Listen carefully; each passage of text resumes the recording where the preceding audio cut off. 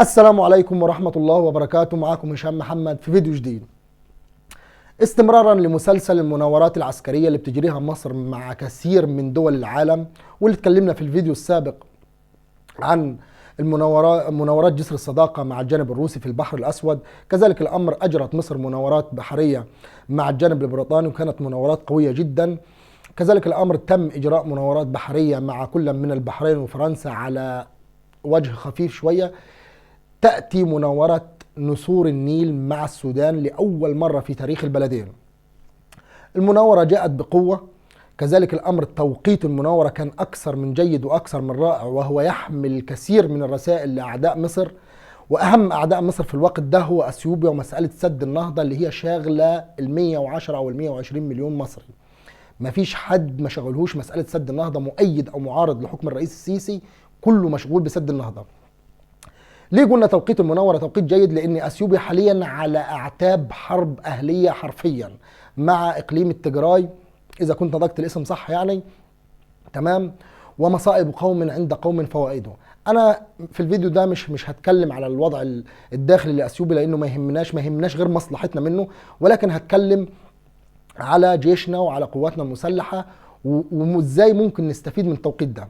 اثيوبيا لما جت بنت السد ده يا اخوانا، وكلنا عارفين الكلام ده، بدات انشاؤه في 2011 في قلب الثوره المصريه، بعد ما عرفت واتاكدت ان مصر مشغوله بالوضع الداخلي جدا جدا جدا، وهي في مستحيل تفكر في اي تدخل عسكري خارجي لحد ما تظبط امورها الداخليه وتستقر الامور في الداخل، وده خد وقت.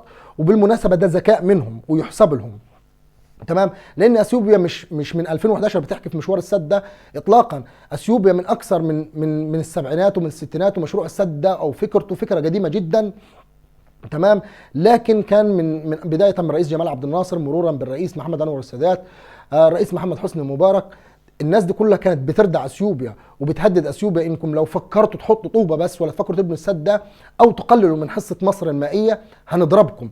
لكن لما اضطربت الاوضاع الداخليه وقامت ثوره 25 يناير، تمام، واصبحت مصر في وضع يعني وضع سيء جدا، استغلت اثيوبيا بالذكاء الوضع ده وبدات في انشاء السد وجلب التمويل الخارجي ليه من صندوق النقد الدولي، تمام، واليهود طبعا، وحدث ولا حرج للتمويلات اليهوديه وغيرها والصين على راس الليله دي كلها، تمام.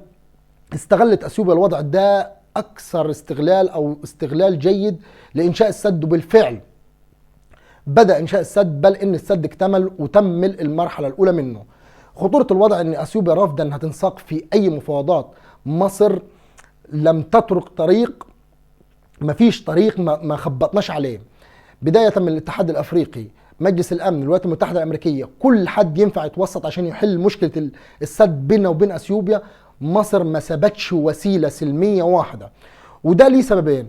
الاول استعجال قرار الحرب، ده شيء خاطئ من اي قائد سياسي طبعا، وده شيء مرفوض.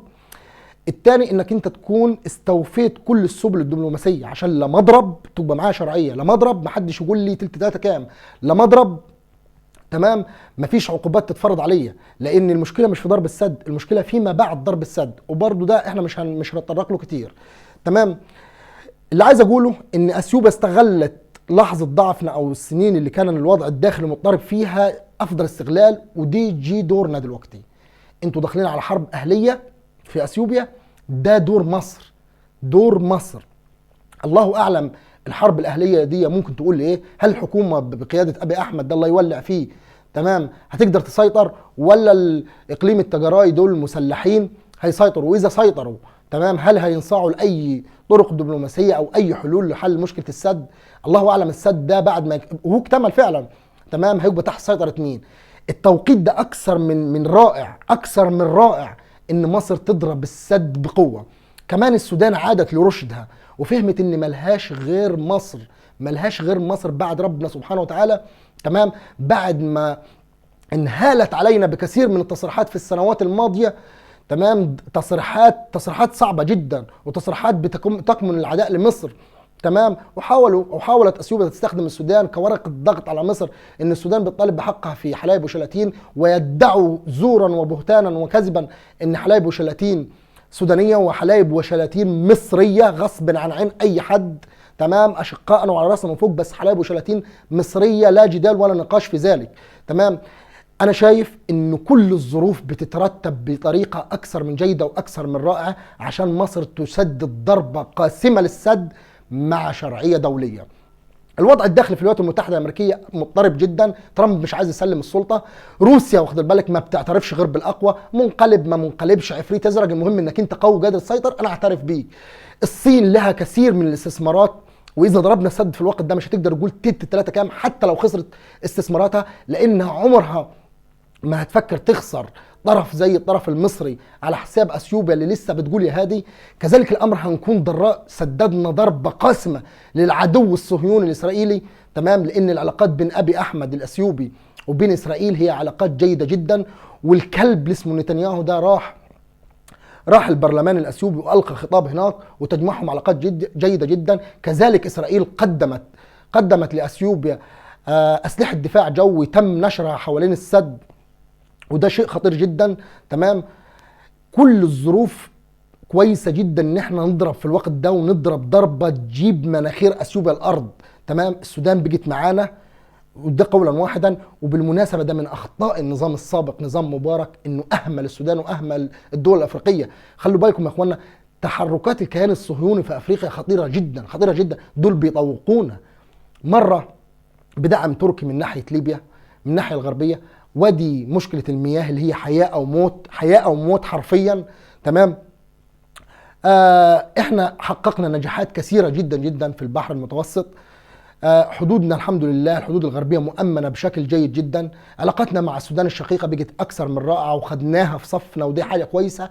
بقيت مشكله السد، اذا استطاعت القياده المصريه انها تحل المشكله دي بضربه تقسم ظهر اثيوبيا وتجيب مناخيرهم الارض ويغرقوا في حروبهم الاهليه من جوه.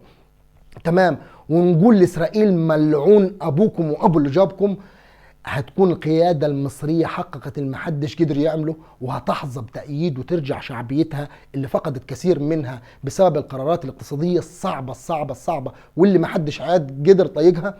لكن لو الرئيس السيسي قدر يضرب السد ويحقق المعجزة دي، مفيش حد هيقدر يقول له تلت تلاته كام جوه البلد دي. يا ريت في اخر الفيديو ما تبخلوش عليا باشتراك ولايك وشير. تمام، وأقول قولي هذا واستغفر الله لي ولكم. السلام عليكم ورحمة الله وبركاته.